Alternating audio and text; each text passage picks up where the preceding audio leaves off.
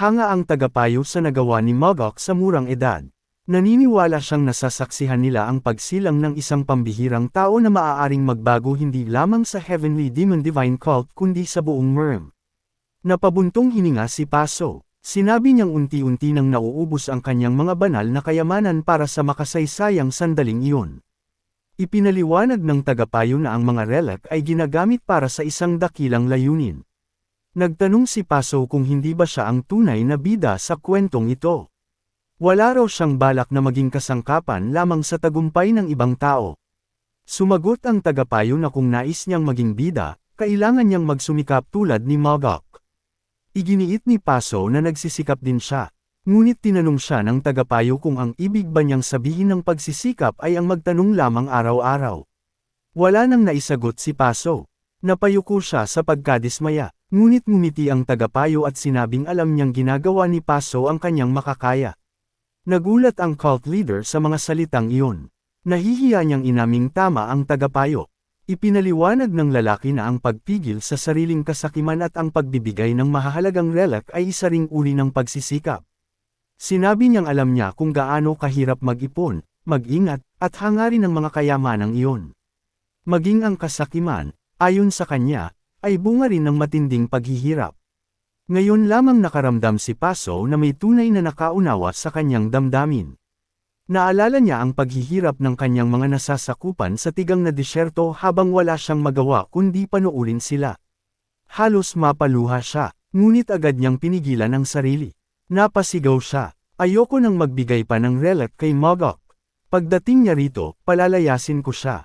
Sisigaw ako ng napakalakas para mabingi siya. Ngumiti lamang ang tagapayo. Sakto namang dumating ang isang bantay. Cult leader, dumating na po si Second Young Master. Biglang tumahimik si Paso. Napatawa ng malakas ang tagapayo. Tinakpan pa nito ang kanyang mga tainga. Sige nga, sumigaw ka na. Napahiya si Paso. Makalipas ang ilang sandali, itinuro ni Mogok ang isang tela na gusto niyang kunin. Nakatitig si Paso sa kanya. Alam mo ba kung ano yan? Kahit alam na alam ni Mogok ang sagot. Nagkunwari siyang walang alam. Hindi po, napili ko lang dahil misteryoso ang itsura. Napakagat ng ngipin si Paso bago nagpaliwanag. Iyan ang Supreme Heavenly Silk. Isang maalamat na tela na halos imposibleng maputol kahit ng espada. Kapag isinusuot sa katawan, kaya nitong harangin maging ang pinalakas na sword energy. Hindi rin ito tinatablan ng lamig o apoy. At iilang sandata lamang sa buong Myrm ang kayang pumutol dito ng walang enhanced energy. Naalala ni Mogok na isa ang kanyang Black Demonic Sword sa kakaunting sandatang kayang gawin iyon. Nagkunwari siyang nagulat, hindi ko alam na napakahalaga pala nito. Pasensya na po, napabuntong hininga si Paso. Ibinigay niya ang tela, ingatan mo iyan. Tinanggap iyon ni Mogok. Maraming salamat. Mahigpit pang hinawakan ni Paso ang tela bago tuluyang binitawan. Halatang ayaw niya talaga itong ipamigay. Habang pinagmamasdan ng cult leader, naunawaan ni Mogok ang katotohanan. Hindi kailanman kusang ibibigay ni Paso ang Blood God Pill at ang Supreme Heavenly Silk. Naunawaan ni Mogok na ang lahat ng relic na nakuha niya ay dahil sa lalaking nakakadena. Tumingin siya sa tagapayo, nagtagpo ang kanilang mga mata.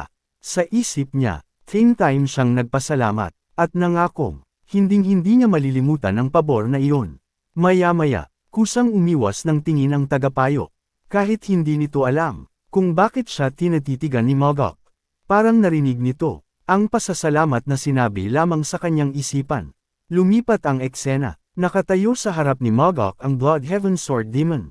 Ikaw ba ang may gawa ng lahat ng ito? Itinaas ni Mogok ang kanyang ulo. Ano pong ibig ninyong sabihin? Sumagot ang matanda, ang ikatlong disipulo ng soul-absorbing Supreme Demon. Si Changian, naging alagad na ng Sky Heaven Cult Leader. Ibinaba ni Mogok ang dokumentong hawak niya. Bakit tuwing may kakaibang nangyayari? Ako agad ang pinaghihinalaan ninyo. Umupo ang Blood Heaven Sword Demon. Ibig sabihin, hindi ikaw ang may kagagawan nito. Walang pag-aalinlangang sumagot si Mogok. Ako nga po, nanlaki ang mga mata ng matanda. Anong klaseng sabuatan ang ginagawa mo kasama ang Sky Heaven Cult Leader? Bahagyang ngumiti si Mogok. Masyado namang mabigat ang salitang sabuatan. Tinutulungan ko lang siya. Kumunat ang noo ng Blood Heaven Sword Demon. Seryoso ka bang tutulungan ng Sky Heaven Cult na palawakin ang impluensya nila sa Central Plains? Bawal po ba iyon? Tanong ni Magok. Napabuntong hininga ang matanda. Alam mo ba kung ano ang pinapasok mo? Ngumiti si Magok. Nandyan naman kayo. Kung sakaling tumanggi ang cult leader na labanan ang mga Demon Supreme. Kayo ang tutulong sa akin. Napakagat ng ngipin ang Blood Heaven Sword Demon. Huwag mong maliitin si Paso. Kahit nasa teritoryo natin siya, siya pa rin ang taong namumuno sa Outer Mirim. Kapag nagwala ang Outer Mirim, malulunod sa dugo ang Central Plains. Napansin ni Magok na hindi naman talaga tinanggihan ng matanda ang alok niyang tumulong. Ngunit, tila sobra pa rin ang pag-iingat nito kay Paso. Ngumiti siya. Tatandaan ko ang sinabi ninyo. Napabuntong hininga ang matanda. Bakit si Changian ang pinili mo? Sumagot si Magok. Siya ang pinakamadaling galawin. Naniniwala ka ba talagang magiging Demon Supreme siya? Umiling si Magok. Parehong hindi pa karapat-dapat ang First Disciple at si Changian. Matagal pa bago nila tunay na maabot ang antas ng isang Demon Supreme.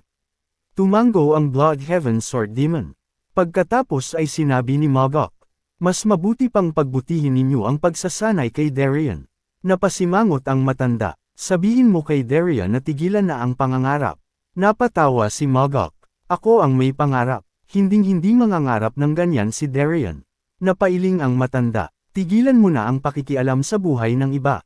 Mag-focus ka sa sarili mong trabaho.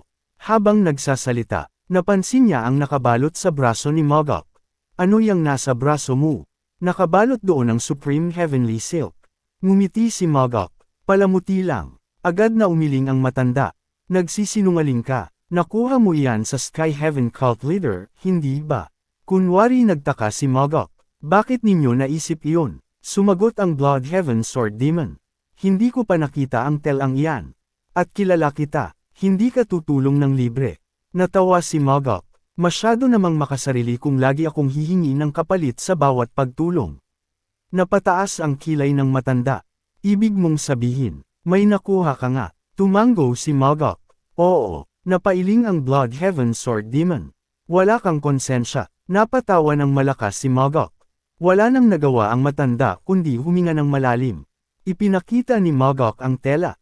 Ito ang Supreme Heavenly Silk. Tumango ang Blood Heaven Sword Demon. Kaya, pala, nakikilala ninyo ito? Tanong ni Magok. Oo, pero ngayon ko lang nakita ng malapitan.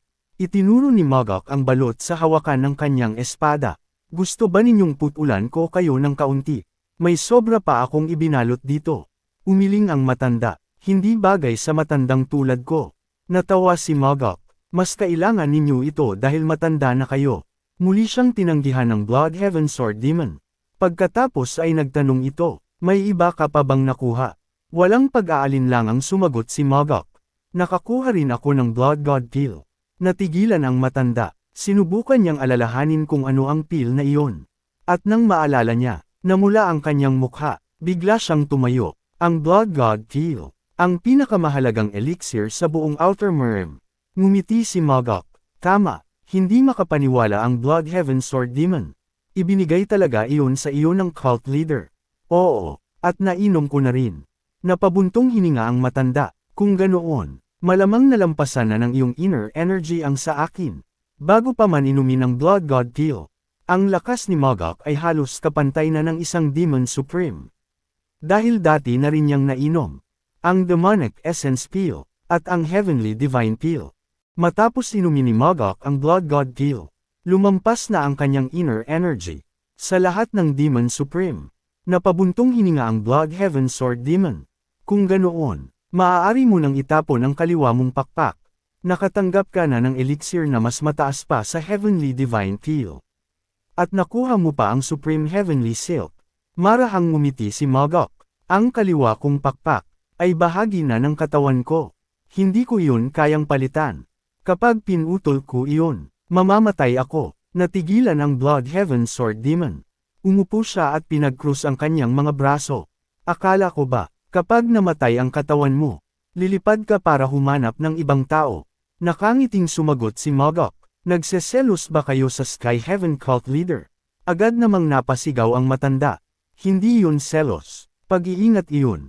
Ayokong isipin ni Paso. na maaari niyang agawin ang pwesto ko.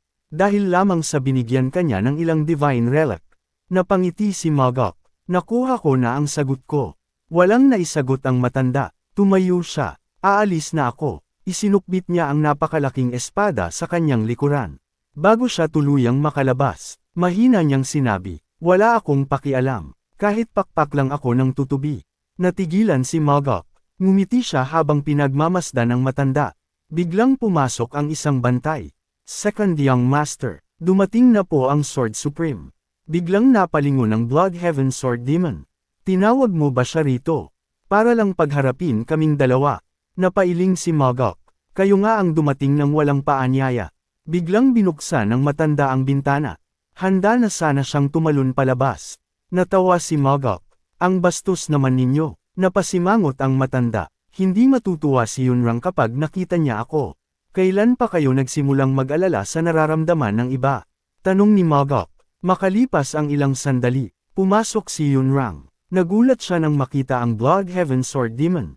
Umiwas ng tingin ang matanda. Ikaw ba ang may pukana nito? Tanong ng Sword Supreme kay Magok. Tumayo si Magok at inilabas ang isang upuan para sa kanya. Iyan din ang unang itinanong niya. Sa tingin ba ninyo, maaari kong planuhin ito, kung hindi ko naman alam na darating kayo? Wala sa inyong dalawa ang nagsabi ng maaga. Maupo muna kayo. Naupo si Yunrang. Ngunit iniwasan din niya ang tingin ng matanda. Tanong ni Magok. Ano po ang sadya ninyo? Sumagot ang Sword Supreme. May gusto akong ibalita. Tumayo ang Blood Heaven Sword Demon. Aalis na lang ako. Umiling si Yunrang. Hindi na kailangan. Maaari mo ring marinig ito. Pagkatapos ay nagsalita siya. Dumalaw sa akin ang demonic Buddha. At humingi siya ng pabor. Kumunat ang noo ni Magok. Anong pabor? Sumagot si Yunrang. Gusto niyang suportahan ko, ang isa sa mga disipulo ng Soul-Absorbing Supreme Demon. Bilang susunod na Demon Supreme. Ipinaliwanag niya, kapag namatay ang isang Demon Supreme nang walang itinalagang tagapagmana, ang natitirang 7 Demon Supreme, ang magmumungkahi ng mga kandidato. Pagkatapos ay boboto sila, at ang kandidatong makakakuha ng higit sa kalahati ng mga boto, ang magiging bagong Demon Supreme. Naalala ni Yunrang ang sinabi ni Magok noon. Sinabi mo dati, na dapat suportahan natin ang sarili nating sparring partner. Napangiti si Magok. Naaalala ninyo pa pala, napakunot noo ang Blood Heaven Sword Demon. Ano yung sparring partner na sinasabi ninyo? Natawa si Magok. Mahaba-habang kwento iyon. Palihim na sinulyapan ng matanda si Yunrang. Ibig bang sabihin, lahat kayo ay nagsasabuatan, maliban sa akin? Napailing si Magok. Hindi, kayo pa rin ang una kong pakpak. Napakunot noo si Yunrang. Pakpak, ipinaliwanag ni Magok. Siya ang kaliwa, kung pakpak, at naghahanap pa ako, ng kanan kong pakpak. Natahimik ang Sword Supreme. Umiwas siya ng tingin. Sino ang susuportahan mo? Si Changian. Tumango si Yunrang. Iyon na rin ang hinala ko. Magkaiba ang layunin ninyo ng demonic Buddha. Kaya, susuportahan ko rin si Changian. Nagulat si Magok. Maging ang Blood Heaven Sword Demon ay hindi yun inaasahan. Hindi man lang nagtanong si Yunrang kung bakit si Changian ang pinili niya. Doon napagtanto ni Magok na lubos siyang pinagkakatiwalaan ng Sword Supreme. Ngumiti siya. Maraming salamat. Napabuntong hininga ang Blood Heaven Sword Demon. 2 pa lang ang boto mo. May nakuha ka na bang iba? 4 na boto ang kailangan. Sa 7 Demon Supreme. Umiling si Magok. Wala pa. Ano ang plano mo? Tanong ng matanda. Kalmadong sumagot si Magok. Gusto kong kumbensihin ninyo ang tig-iisang Demon Supreme. Umaasa ako sa inyong dalawa. Tumingin ang Blood Heaven Sword Demon kay Magok. Ano ba ang mapapala natin? Kapag naging Demon Supreme si Changian, ngumiti si Magok. Kayo po ang pinakamalaking makikinabang. Napasimangot ang matanda. Ikaw lang ang makikinabang. Dapat may mapala rin ako. Napatawa si Magok. Kung makakatulong ito sa akin, makikinabang din kayo. Napabuntong hininga ang Blood Heaven Sword Demon. Alam na ni Magok. Natutulong din naman ang matanda. Gusto lang nitong magreklamo ng kaunti. Nagsalita si Yunrang. Susubukan kong kumbensihin ang iba. Baka may isa sa kanila ang bumoto kay Changian. Napasimangot ang Blood Heaven Sword Demon. Parang wala naman pala akong silbi. Tinitigan siya ng masama ni Yunrang. Hindi ba totoo? Agad ding tumitig ang matanda sa kanya. Pareho silang nagtitigan, na parang handang magpatayan anumang oras. Hindi sila pinigilan ni Mogok. Para sa kanya, kailangan lang nilang ilabas ang kanilang sama ng loob. At kailangang maulit pa ito ng maraming beses. Sigurado siyang, hinding-hindi naman nila papatayin ang isa't isa. Sa huli, unang umiwas ng tingin ng Bloodhaven Sword Demon. Bahagyang ngumiti si Yunrang. Yumuko si Mogok. Maraming salamat. Salamat sa pagsabi ninyo tungkol sa hiling ng Demonic Buddha. At sa pagtulong ninyong kumbansihin ang ibang Demon Supreme. Hinding-hindi ko malilimutan ang pabor na ito. Napailing si Yunrang. Pabor, masyado kang madrama. Tumayo siya. Aalis na ako. Pagkaalis niya, tumayo rin ang Bloodhaven Sword Demon. Aalis na rin ako, napaisip si Mogok. Nakapagtataka, na tila walang naging reaksyon ng matanda. Hindi man lang ito nagtanong. Tungkol sa mga sacred relic na nakuha niya mula kay Paso. Ni hindi rin ito nagreklamo. Nang tawagin siya ni Yunrang na sparring partner. Tinawag niya ang matanda. Sandali, huminto ang Bloodhaven Sword Demon. Kayo pa rin. Ang palaging magiging pinakamahalaga sa akin. Napalingon ang matanda. Bahagya itong ngumiti. Magaling ka talagang magsalita. Napangiti rin si Mogok. Nagpatuloy ang matanda. Kahit mukhang kumpiyansa si Yunrang, hindi magiging madali ang pagkumbinsi sa ibang Demon Supreme. Kikilos din ang panig ng Demonic Buddha. Tumango si Mogok. Kaya nga kailangan ko ang tulong ninyo. Napabuntong hininga ang matanda. Sa tingin mo ba, makakatulong pa ang isang taong matagal nang inilayo ng iba? Pagkasabi niyon, tumalikod siya at naglakad palayo. Ngumiti si Mogok habang pinagmamasdan ang kanyang likuran. Alam niyang, ang Bloodhaven Sword Demon pa rin. Ang taong pinakapinagkakatiwalaan niya. Lumipat ang eksena. Nakatayo si Paso sa harap ng lagayan ng kanyang mga relic. Napasigaw siya. Ang pangit. Dati, perpekto itong tingnan. Ngayon, parang nabunutan ng dalawang ngipin. Kalmadong sumagot ang kanyang tagapayo. Nandyan pa rin naman ang mga pangil. Kaya pa rin nilang kumagat sa kalaban. At durugan ang kanilang determinasyon. Napalingon si Paso. Napapansin kong natutuwa ka tuwing may nawawalang relic. Ngumiti ang tagapayo. Nahal ata mo pala. Kung tinanggal mo lang sana ang mga kadena ko. Baka napasayaw pa ako. Napasimangot si Paso. Pagkatapos ay napabuntong hininga. Ang totoo, natatakot ako. Nagtanong ang tagapayo. Ano ang kinatatakutan mo? Sumagot si Paso. Natatakot akong isang araw magising na lang. At mapagtantong panaginip lang pala ang lahat. Na wala nang matitira sa akin. At mapapatanong ako, bakit ko ba ibinigay ang lahat kay Mogok? Biglang inalis ng tagapayo ang buhok na tumatakip sa kanyang mukha. Ipinapakita ko lang ang mukha. Na bumigani sa iyo, kaya ibinigay mo ang lahat. Natigilan si Paso. Seryoso ang tingin ng tagapayo. Napailing siya. Baliw ka talaga. Maya-maya, nagtanong si Paso, paano natin gagawing Demon Supreme si Changyan? Sumagot ang tagapayo, isa-isahin nating kumbansihin ang mga Demon Supreme. Kailangan natin silang hikayatin, makipagnegosasyon, at kunin ang suporta nila. Kakailanganin natin ng hindi bababa sa 2 Divine Relic. At kung mamalasin, baka 3 pa, napakunot noo si Paso. Ibig mong sabihin, mag-invest lang ako kay Mogok. Umiling ang tagapayo, hanggang kailan ka aasa sa kanya? Maging lalaki ka, at kumilos ka ng mag-isa. Gusto mo bang ituro ko sa iyo? Kung paano makuha ang loob ng mga Demon Supreme? Napasimangot si Paso. Tigilan mo ang pang-aasar. Walang emosyon ang tagapayo. Wala kang gawin. Manatili ka lang sa pwesto mo. Nagulat si Paso. Iyan ba ang payo ng isang advisor? Itaas ng tagapayo ang kanyang mga kadena. Nakakita ka na ba ng advisor? Na nakagapos. Natahimik si Paso. Halata ang pagkabigla niya. Nagpatuloy ang tagapayo. Kinakausap kita, dahil tinuturing mo akong advisor. Kaya manatili ka lang dyan. Minsan, ang walang ginagawa, ang nagbibigay ng pinakamagandang resulta. Natigilan si Paso. Seryoso ka ba? Tumango ang tagapayo. Darating si Mogok. At hihingi siya ng Divine Relic. Kapalit ng pagtulong niyang gawing Demon Supreme si Changyan. Napakunot noo si Paso. Kahit si Mogok. Kaya ba talaga niyang gawin iyon?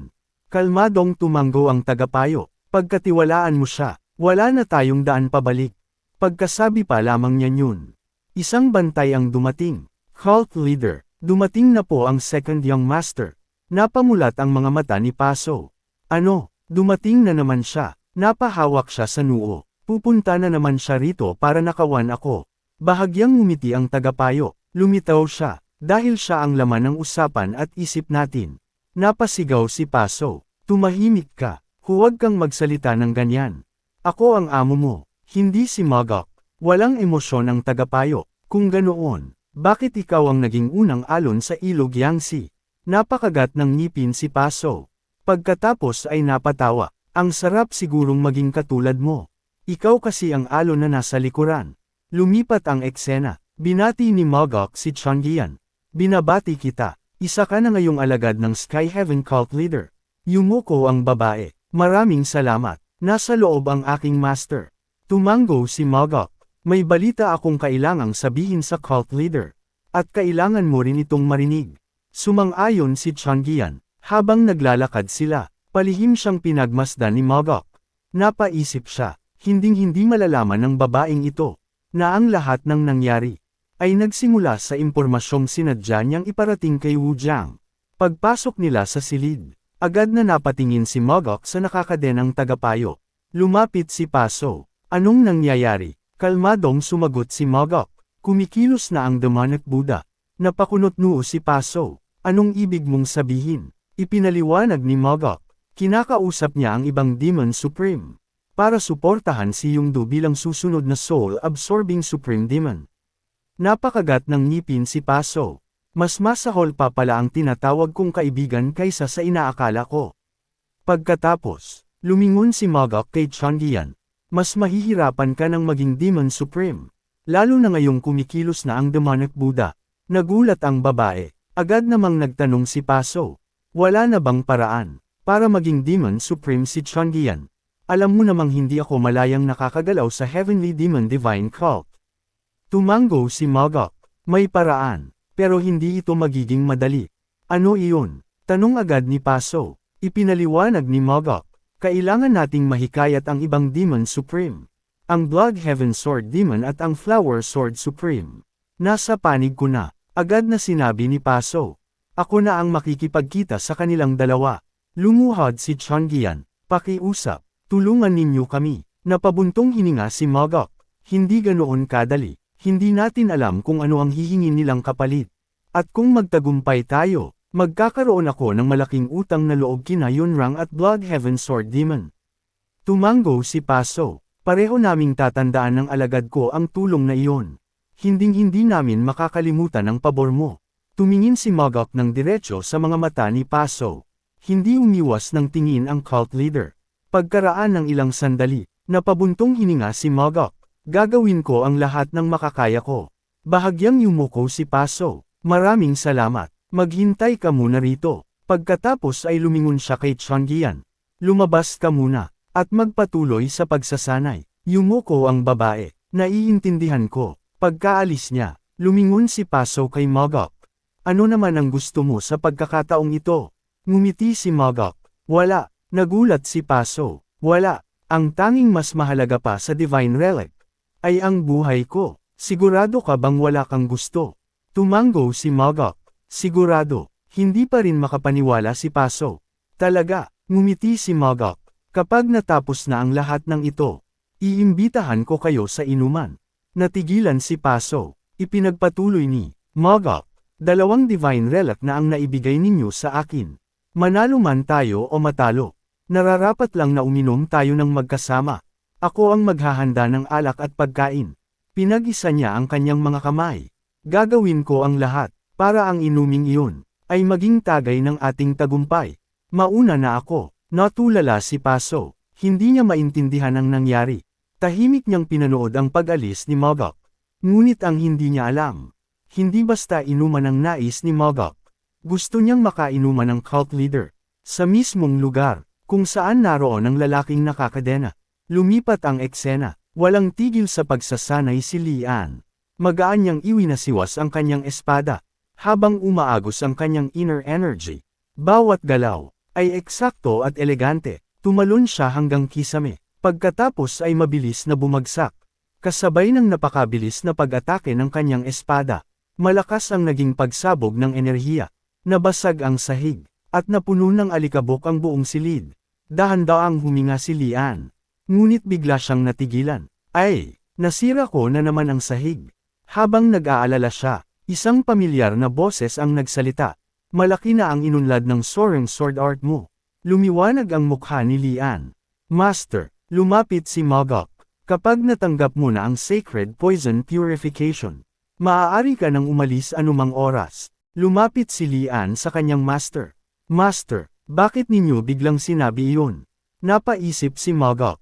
Pakiramdam niya, parang may mga tanikalang hindi nakikita, na nakagapos din sa mga paa ni Lian. Katulad ng mga tanikalang gumapos sa kanya. Sa matibay niyang panata, napatayin si Wamugi. Naalala rin niya, ang Blood Heaven Sword Demon at ang Flower Sword Supreme. Pareho silang nakatali, sa tanikala ng matinding puot, na hindi madaling maputol. Napaisip din siya sa kanyang ama. Baka pati ito ay nakagapos din sa isang mabigat na responsibilidad. Katulad ng lalaking nakakadena sa Thunderbell. Marahil, hindi rin namamalayan ng kanyang ama. Nabilanggo siya ng kanyang tungkulin. Bilang pinuno ng kulto, humarap si Mogok kay Lian. Maaari mong piliin ang sarili mong buhay. Maaari mong iwan ang kulto. Libutin ang Central Plains. Humanap ng isang tahimik na nayon. At mamuhay bilang isang nakatagong martial master. Wala ka ng utang sa akin. Natutuhan mo na ang martial art ko. Higit pa sa sapat ang nagawa mo para sa akin. Malaya kang mamuhay. Ayon sa gusto mo. Ngumiti si Lian. Mas masaya ako kapag nasa tabi ninyo ako. Maaaring masaya ring mamuhay bilang isang nakatagong master. Kahit 1 o 2 araw. Pero hindi yun magiging pareho.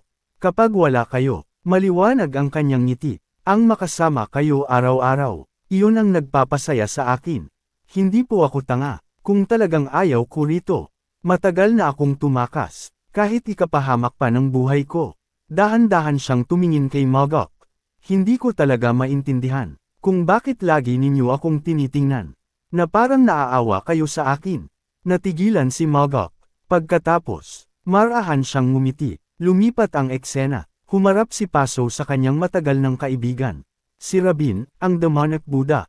Nagsalita si Rabin. Alam mo ba, gaano nakatagal tayong magkakilala?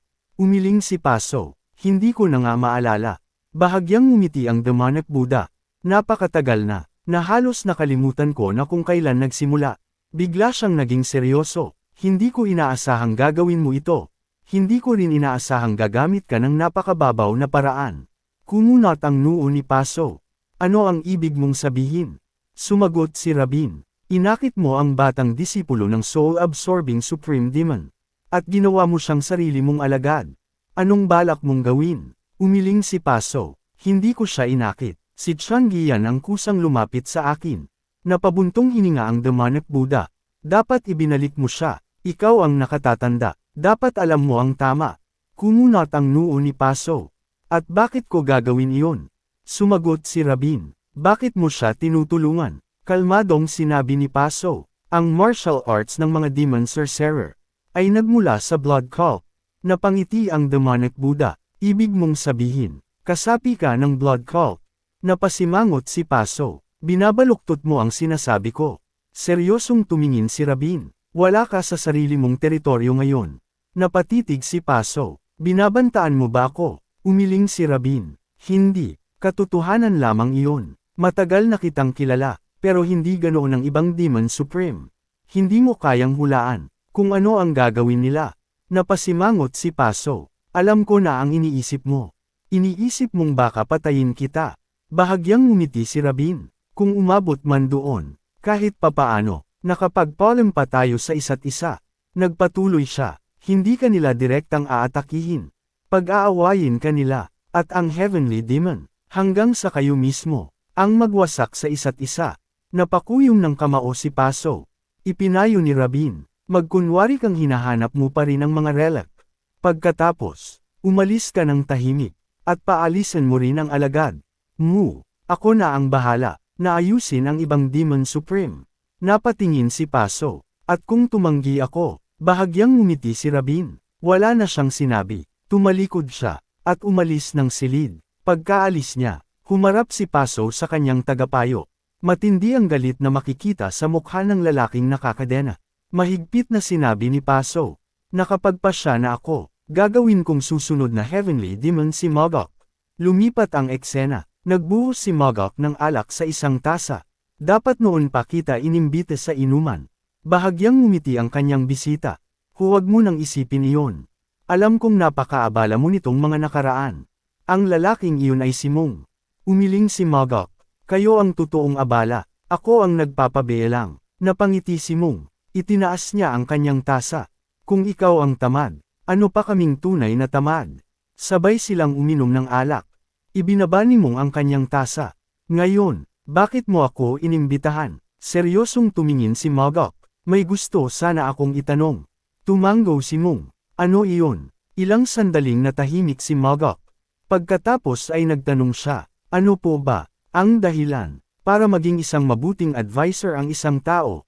Nagulat si Mong. Hindi ko inaasahang iyan ang itatanong mo.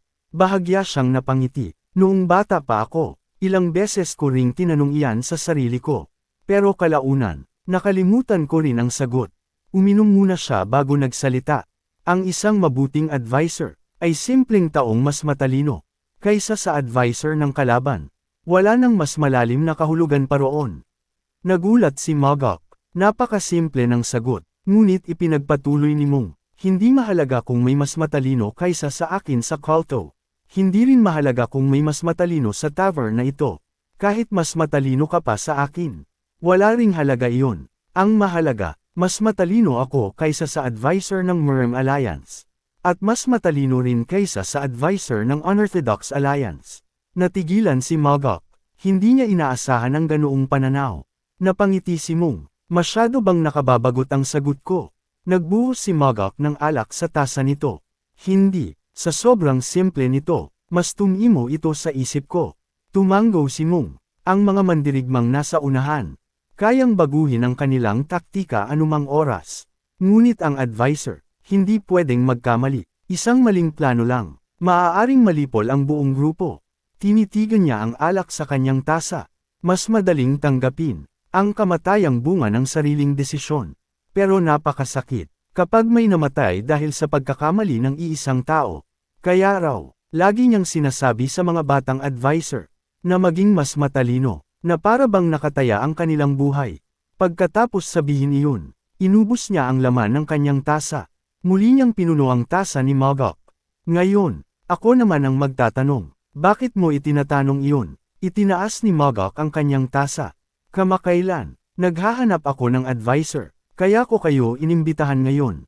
Napangiti si Mong. Hindi ba sapat ang isang tulad ko? Umiling si Mogok. Magkaiba ang hangarin ninyo at ng aking ama. Hindi ako naghahanap ng advisor ngayon. Humihingi ako ng payo, kung anong uri ng advisor ang dapat kong hanapin. Natahimik si Mong. Tinitigan niya ang alak sa kanyang tasa. Napansin iyon ni Mogok. Naunawaan niyang, pinag-iisipan ng chief advisor, kung hanggang saan ang dapat niyang sabihin. Alam nitong, ang bawat salita niya, ay maaaring makaapekto kay Mogok, sa kulto, at maging sa labanan para sa susunod na tagapagmana. Sa wakas ay nagsalita si Mong.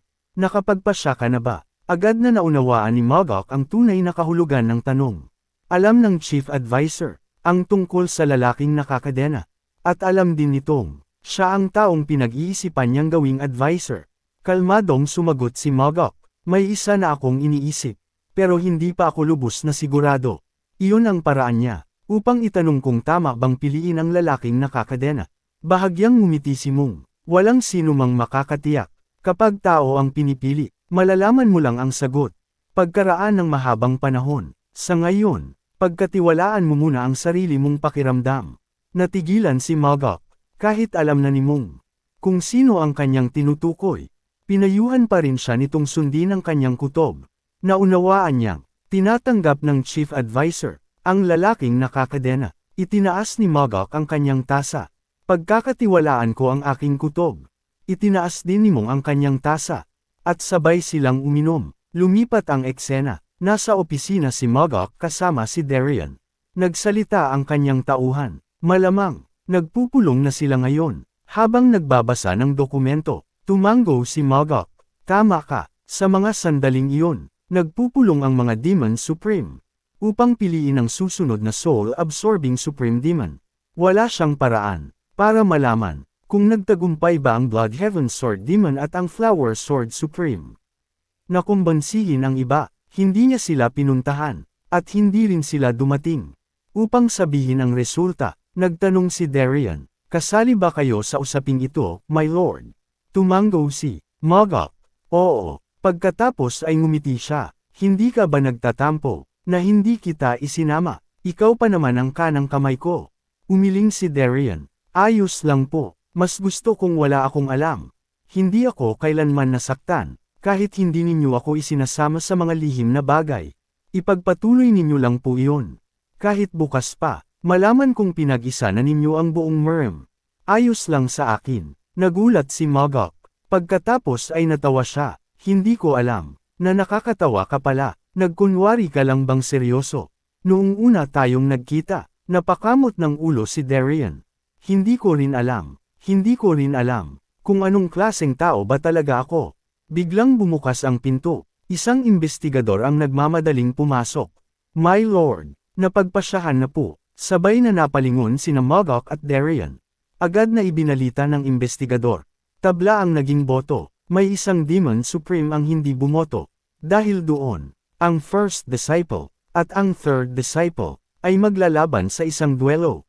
Ang mananalo, ang magiging susunod na Demon Supreme. Nagulat si Darian, maging si Magok, ay hindi inaasahan ang naging resulta. Lumingon si Darian, my lord, sa tingin ninyo, sino ang mananalo? Napangiti si Magok. Bakit gusto mong malaman? Napakamot sa ulo ang investigador. Balak ko pong pumusta sa palengke. Mahirap lang po ako. Baka ito na ang pagkakataon kong yumaman. Napangiti si Magok. Kung tataya ka, itaya mo lahat kay Changyan.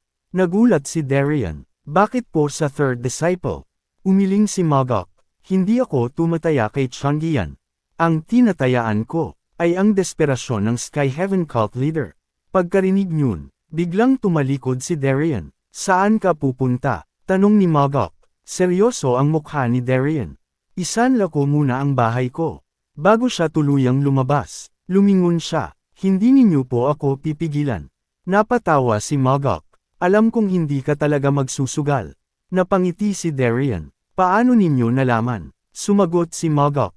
Ang mga sugarol, umaasa sa biglaang swerte, pero hindi kataong. Ipagpapalit ang buhay mo sa sugal. Maliwanag ang ngiti ni Darian. Nahulaan ninyo ako. Yumuko siya. Mauuna na po ako. Pagkaalis ni Darian, napaisip si Magok. Hindi siya makakarating sa kinalalagyan niya ngayon. Same time siyang nagpasalamat sa kanilang dalawa. Lumipat ang eksena. Maraming martial artist ang nagtipon sa arena. Nakaupo ang Bloodhaven Sword Demon sa isang pavilion.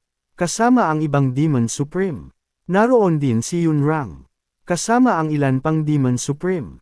Nakapalibot ang mga pavilion. Sa malaking entablado ng labanan, dumalo rin sina Magok at Paso, ang maglalaban, ang First Disciple, at ang Third Disciple, ng Soul-Absorbing Supreme Demon. Agad na nagsalita si Yungdo. Duwag ka, napakatanga mong isipin, na kaya mong pumalit sa ating master. Kalmadong sumagot si Changyan, kalapastanganan, na gamitin mo ang pangalan ng ating master, para bigyang katwiran ang sarili mo. Hindi mo ba iyon nakikita? Tumahimik ka. Sa likuran niya, lumitaw ang napakalalaking kamay. Sabay-sabay yung sumugod kay Changyan. Itaas din ng babae ang kanyang pamaypay. Nagpakawala siya ng malalaking masasamang espiritu. Sumalpok ang mga ito, sa higanteng mga kamay. Nagpalitan sila ng lakas. Sinubukan nilang itulak pabalik ang isa't isa. Napansin ni Yungdo, na hindi sapat ang kanyang kasalukuyang pag-atake. Agad siyang naglabas ng mas nakakatakot na teknik. Isang dambuhalang halimaw, na binubuo ng napakaraming kamay. Ang lumitaw sa likuran niya. Napaatras sa takot ang mga nanunood. Hindi sila makapaniwala sa kanilang nasaksihan. Maging si Magok, ay seryosong pinagmasdan ng halimaw. Doon niya naunawaan, kung bakit itinuturing ng Orthodox sects, na pinakamahirap harapin, ang soul-absorbing Supreme Demon. Sa isang tingin pa lamang, wala siyang maisip na paraan. Upang kontrahin ang mga teknik nito, sinimulang durugan ng halimaw ang masasamang espiritu ni Changian. Nang mapansing malapit na siyang matalo, pinalaki niya ang kanyang espiritu, pinalaki rin niya ang ulo at bibig nito. Biglang nilamon ng espiritu ang mga higanteng kamay, unti-unting gumuho ang katawan ng halimaw. Napangiti si Mogok. Tapos na ang laban. Kalmado lamang si Paso, tila inaasahan na niya ang kalalabasan. Naglaho ang mga teknik ng dalawang disipulo. Huminga ng mabigat si Yungdo. Paano mo nagawa ang huling teknik na iyon? Sumagot si Changian. Itinuro iyon ng bago kong master, isang nakamamatay na demonic art. Napakagat ng ngipin si Yungdo. Walang hiya ka, simula pa noong bata tayo. Alam ko ng basura kang tao. Ngumiti si Changian. Kailangan mo nang tanggapin na mas magiging mahusay akong soul-absorbing supreme demon kaysa sa ating yumaong master. Malakas siyang sumigaw. Ang West Illusion Fort ang magiging pinakadakila sa 8 sangay ng mga demon.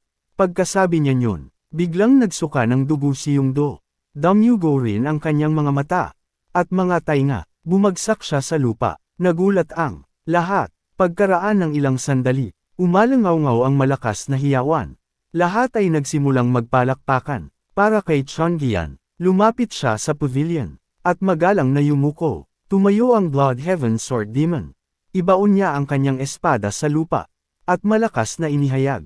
Isinilang na ang bagong master ng West Illusion Fort. Lalo pang lumakas ang sigawan ng mga tao.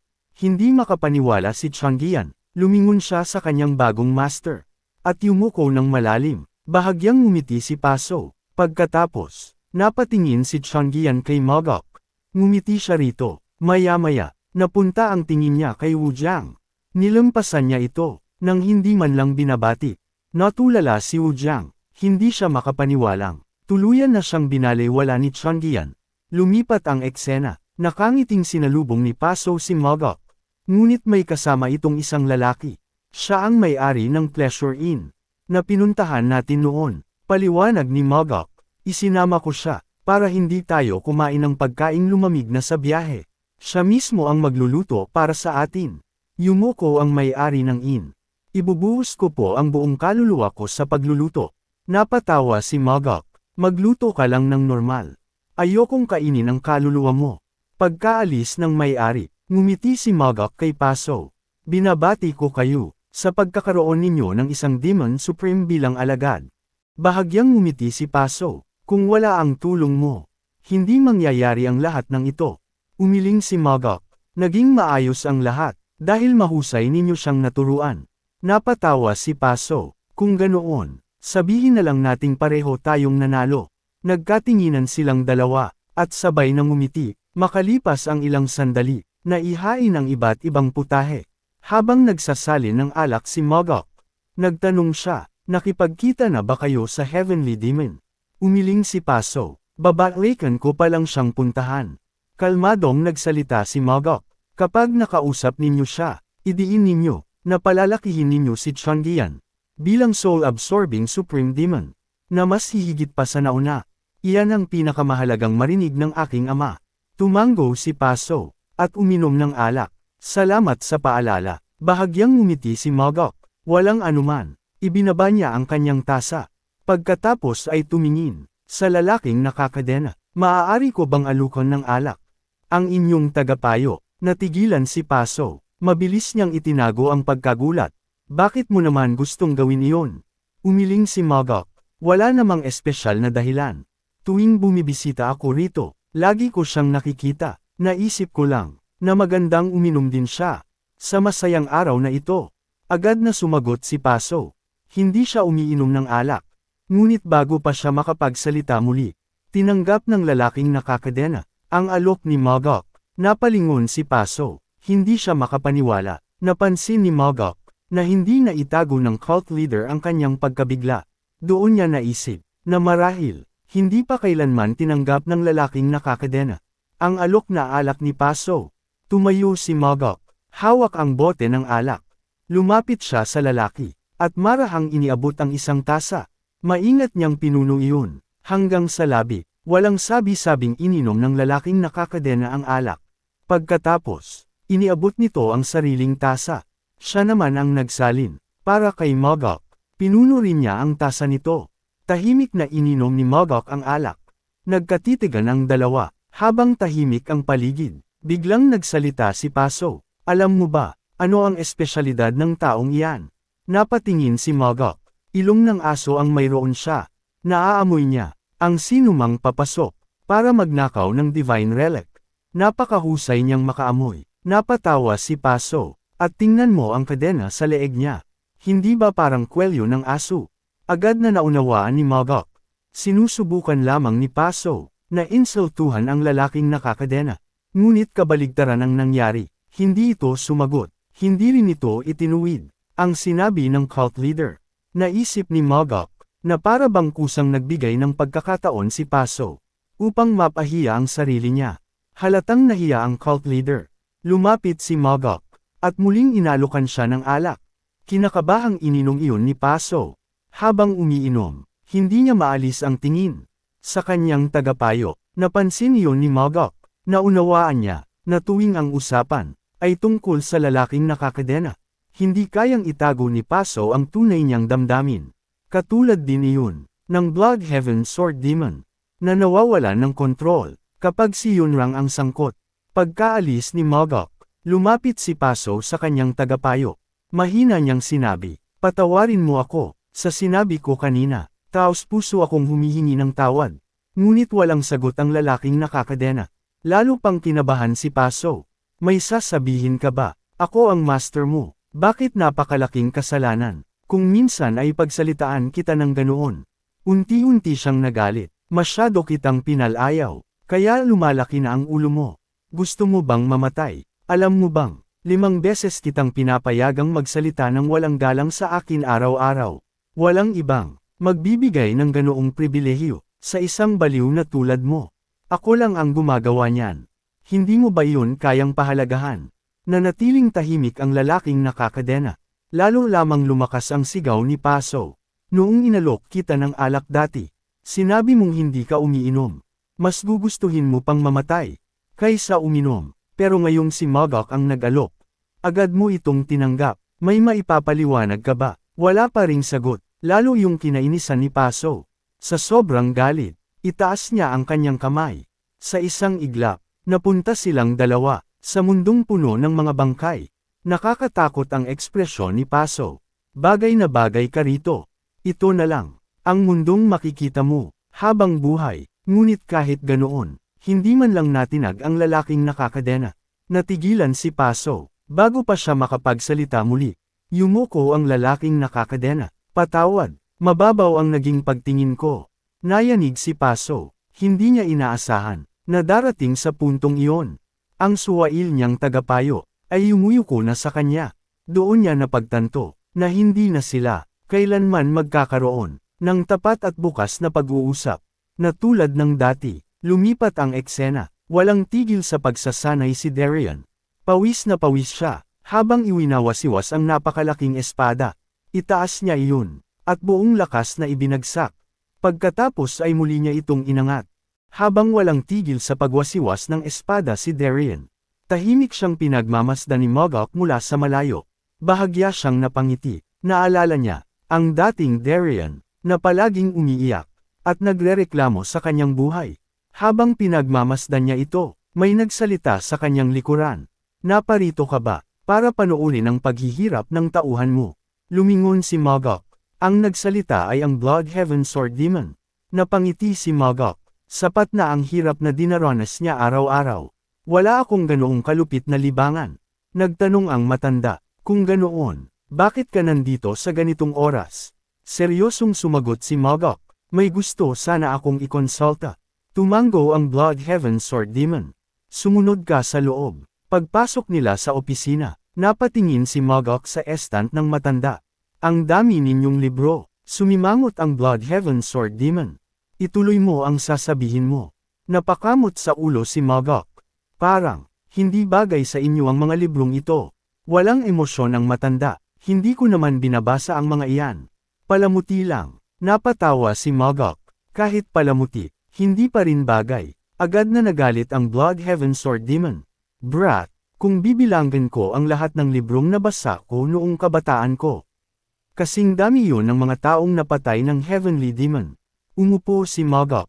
Kung totoo iyan, isa na sana kayong dakilang iskolar. Napabuntong hininga ang matanda, pinili na lamang niyang huwag makipagtalo.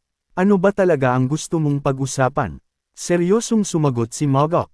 May isang taong gusto kong alisin sa kanyang mga tanikala. Kumunot ang noo ng matanda. Sino? Isa sa mga tauhan ng Sky Heaven Cult Leader. Agad na naunawaan ng Blood Heaven Sword Demon. Kung gusto mo ang taong iyon.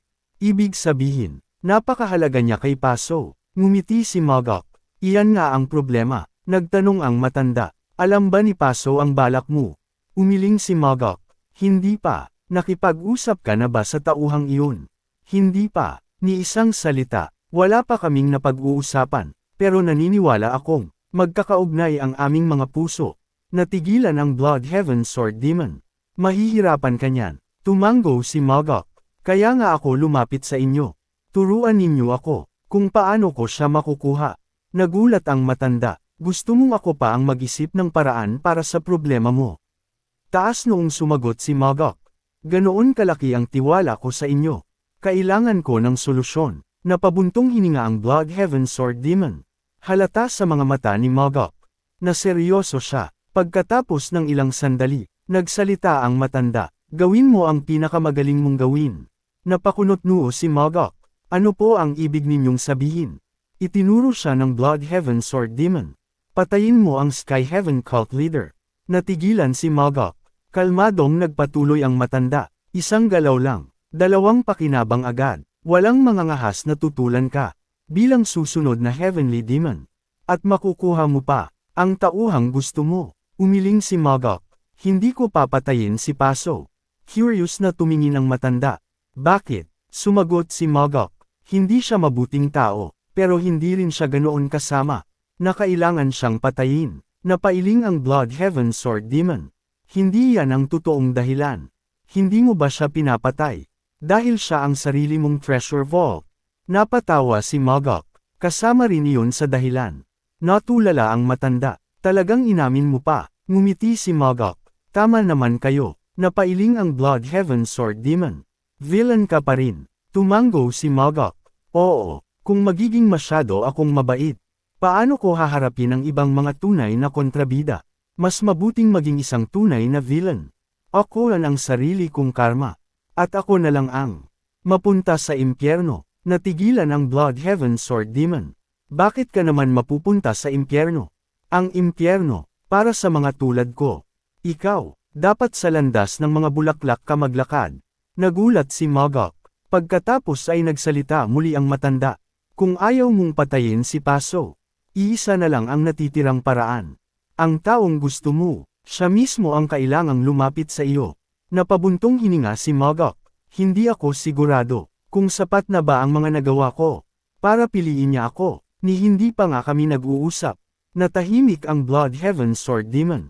Naunawaan niya ang damdamin ni Mogok.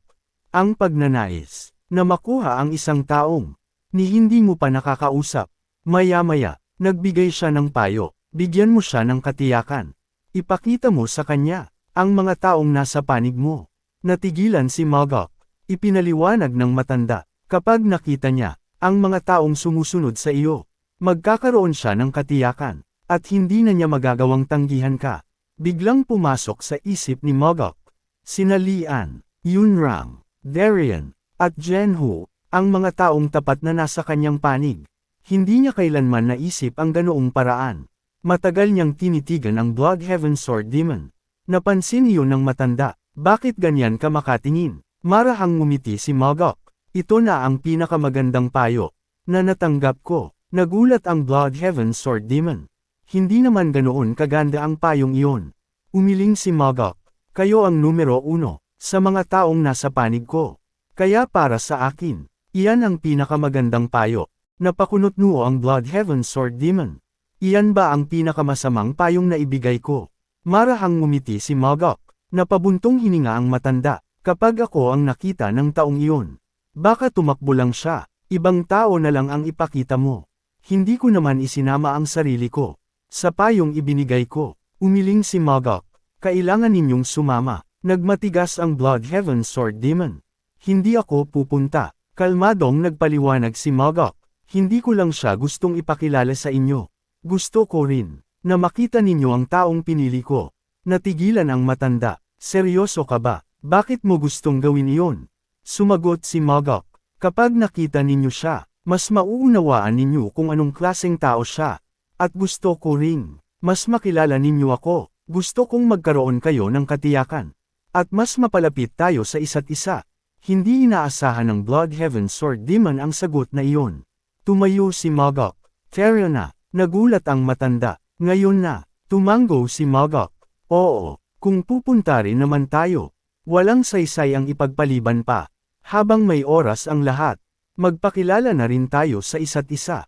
Sa taong pinili ko, makikita ninyo rin kung sino talaga ako. Napakagat ng ngipin ang Bloodhaven Sword Demon.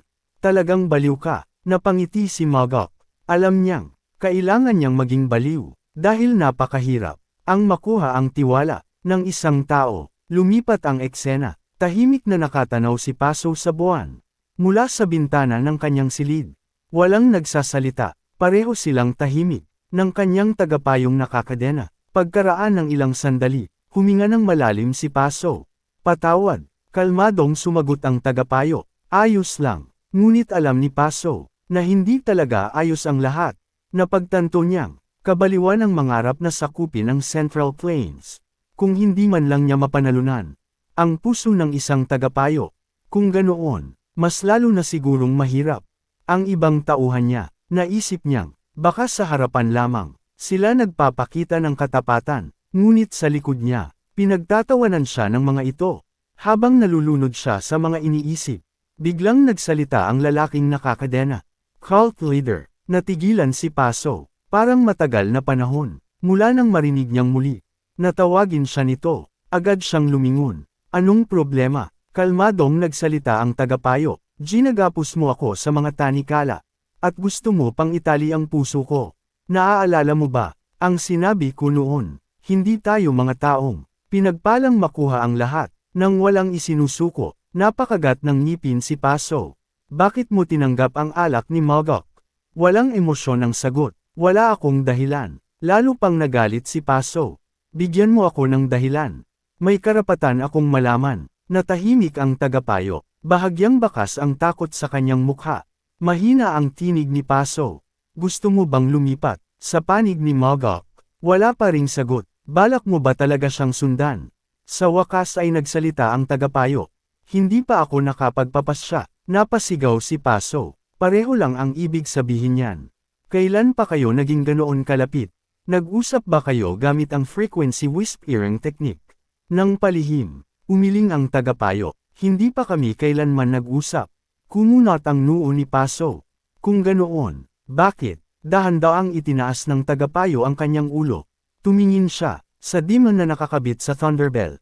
Pagkatapos ay nagsalita, nabasa ko ang isip niya. Gusto ako ni Mogok. Napasigaw si Paso. Tumigil ka sa kalokohan. Ano ito? Ginagaya mo ba ang soul-absorbing supreme demon? Paano mo mababasa ang isip ng tao? Walang isinagot ang tagapayo, ngunit sa katahimikang iyon, may naunawaan si Paso. Napagtanto niya, kung bakit ganoon na lamang ang naging galit niya, hindi dahil tinanggap ng tagapayo ang alak ni Mogok, kundi dahil matagal na niyang nararamdaman na darating ang araw na ito. Mahigpit niyang sinabi, akala mo ba, hahayaan kitang umalis? Papatayin muna kita, bago kita pakawalan. Kalmadong sumagot ang tagapayo, kung ganoon, patayin muna ako ngayon. Natigilan si Paso, nagpatuloy ang tagapayo, habang kaya mo pa, pagkatapos ng araw na ito, hindi mo na magagawa. Napuno ng galit si Paso. Inaakala mo bang hindi kita kayang patayin? Minamaliit mo ba ako? Lumapit siya, at nagtipon ng napakalakas na enerhiya sa kanyang palad. Itaas niya ang kamay, handa na siyang ibagsak ang nakamamatay na atake. Ngunit ang lalaking nakakadena, ay hindi man lang kumilos. Ibinaba lamang nito ang ulo. Iniiwas ang tingin, na para bang, ayaw nitong madagdagan pa, ang bigat ng konsensya ni Paso. Kalmado nitong sinabi, kung hindi mo ako papatayin ngayon, hindi mo na ako kailanman mapapatay. Kapag napagpasyahan kong mabuhay, hindi ko nahahayaang may sinumang pumatay sa akin. Kung gusto mong wakasan ang buhay ko, ngayon na ang pagkakataon. Mahigpit na nagngit-ngit si Paso. Matagal niyang tinitigan ang lalaking nasa kanyang harapan, hanggang sa tuluyan niyang naunawaan na hindi niya ito kayang patayin. Unti-unti niyang binawi ang enerhiya, at dahan-dahang ibinaba ang kanyang kamay. Tinitigan ni Paso ang kanyang tagapayo. Akala mo ba, hahayaan kitang tumakas sa impyernong mundong ito? Hinding-hindi ko hahayaang mangyari iyon. Dahan-dahang itinaas ng lalaking nakakadena ang kanyang ulo. Mahinang ngumiti ito. Nagpatuloy si Paso. Ikaw mismo ang nagsabi na hindi ka pa nakapagpapasya. Tumango ang tagapayo. Tama kayo. Ipinatong ni Paso ang kamay sa kanyang dibdib. Kung ganoon, sisiguraduhin ko lang na hindi ako matatalo. Kailangan ko lang na maging higit kay Mogok. Ngumiti ang tagapayo. Tama kayo. Ipagpatuloy ninyo lang iyan. Ninas si Paso. Huwag kang magsalita, na parang nagpapalim ka na. Kalmadong sumagot ang tagapayo. Huwag ninyo akong panghawakan. Mas mahalaga lang ako ngayon. Dahil may ibang taong gustong kunin ako. Agad siyang tinuro ni Paso. Tumahimik ka. Bigyan mo lang ako ng pagkakataon. Nakumbansihin ka. Pagkatapos noon, ikaw na ang baalang pumili. Kung sino ang paglilingkuran mo.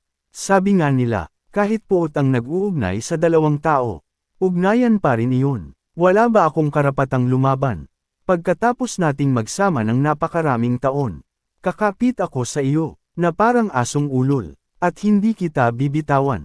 Umiling ang tagapayo, hindi yun uubra. Si Mogok ay hindi taong kaya ninyong pigilan. Napataas ang boses ni Paso. Hindi kita basta pakakawalan. Kung gusto mong umalis, isama mo rin ako. Napangiti ang tagapayo. Kung ganoon, sumama na lang kayo sa panig ni Mogok. Natigilan si Paso. Baliw ka ba? Kalmadong nagpatuloy ang tagapayo. Kayo mismo ang nagsabi na gusto ninyong si Mogok ang maging susunod na Heavenly Demon. Kung ganoon, magtulungan tayo at gawin natin siyang susunod na Heavenly Demon. Kapag nangyari iyon, kusang matutupad ang lahat ng pangarap ninyo. Sigurado akong magtatayo si Mogok ng punong himpilan ng Sky Heaven Cult, katabi ng Heavenly Demon Divine Cult. Napailing si Paso. Talagang baliw ka. Naririnig mo ba ang sarili mong sinasabi? Bago pa siya makapagsalita muli, may kumatok sa pinto. Cult leader. Dumating na po si Mogok. Kasama ang kanyang mga panauhin. Kumunat ang noo ni Paso. Mga panauhin, 5 po silang kasama niya. Nagulat si Paso. Hindi niya inaasahang ganito kabilis kikilos si Mogok.